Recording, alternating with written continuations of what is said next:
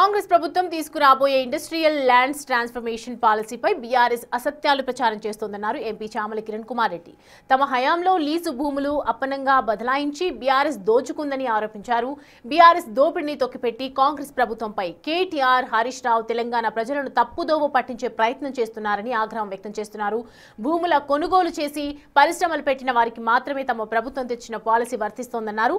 Lease భూములకు ఎలాంటి fee వసూలు చేయబోమని స్పష్టం చేశారు. పరిశ్రమల భూమి బదలాయింపు విషయంలో బీఆర్ఎస్, కాంగ్రెస్ పాలసీలపై బహిరంగంగా చర్చకు సిద్ధమా అని సవాల్ విసిరారు. గారు ప్రెస్ మీట్లో వచ్చి చెప్పినటువంటి అజామాబాద్ కానీ, బాలానగర్ కానీ, హఫీజ్పేట కానీ వీళ్ళు 2023లో ఒక జీవో 19, జీవో 20, జీవో 21 తీసుకొచ్చారు. 29/8 అంటే 2023 ఆగస్టు నెలల. సో నేను చెప్పేది ఏంటంటే 2023 ఆగస్టు నెలలలో ఏదైతే ఈ పాలసీ తీసుకొచ్చిర్రో ఆ పాలసీ లీజ్ హోల్డర్లు అంటే ఎవరు?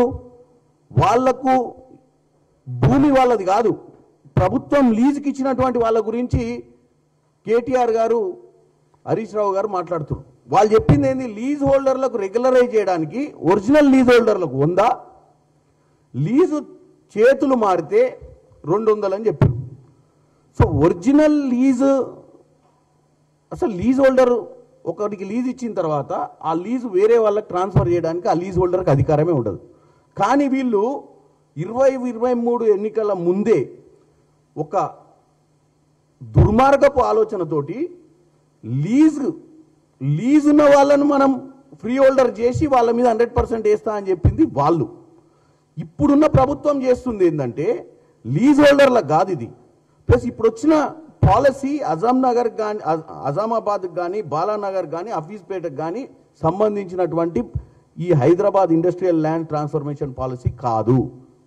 ఇది కేవలం ఎవరికైతే ఇండస్ట్రీస్ ల్యాండ్స్ గతంలో కొనుక్కున్నారో, అంటే ఆల్రెడీ 30% ఎవరి మీదనో 50% వేద్దామని అయితే ప్రభుత్వం ఆలోచిస్తుందో ఎస్ఆర్ఓ రేటు మీద కన్వర్షన్ కోసము. ఎందుకంటే ఇవన్నీ మల్టీ జోన్, ఇవన్నీ కూడా రింగ్ రోడ్ లోపల ఉన్నటువంటి ఇండస్ట్రియల్ క్యారిడార్సు. ఈరోజు సామాన్యునికి అందుబాటులోకి రావాలి, ఇక్కడ ఇండస్ట్రీస్ నడిచే పరిస్థితి లేదు, ఇండస్ట్రియల్ జోన్స్ని రింగ్ రోడ్ బయటికి తీసుకుపోవాలి. వీటన్నిటినీ కూడా ప్రజలకు అందుబాటులోకి మల్టీ జోన్లోకి తీసుకురావాలన్న ఉద్దేశంతో నీ సొంత భూమి మీద 30% వేస్తున్నారు. అంటే నువ్వు ఆల్రెడీ ఓనర్షిప్ ఉన్నటువంటి చామల కిరణ్ కుమార్ రెడ్డి భూమి మీద నాకు 30% వేసి మల్టీ జోన్ కన్వర్షన్ చేసుకోమని చెప్తారు.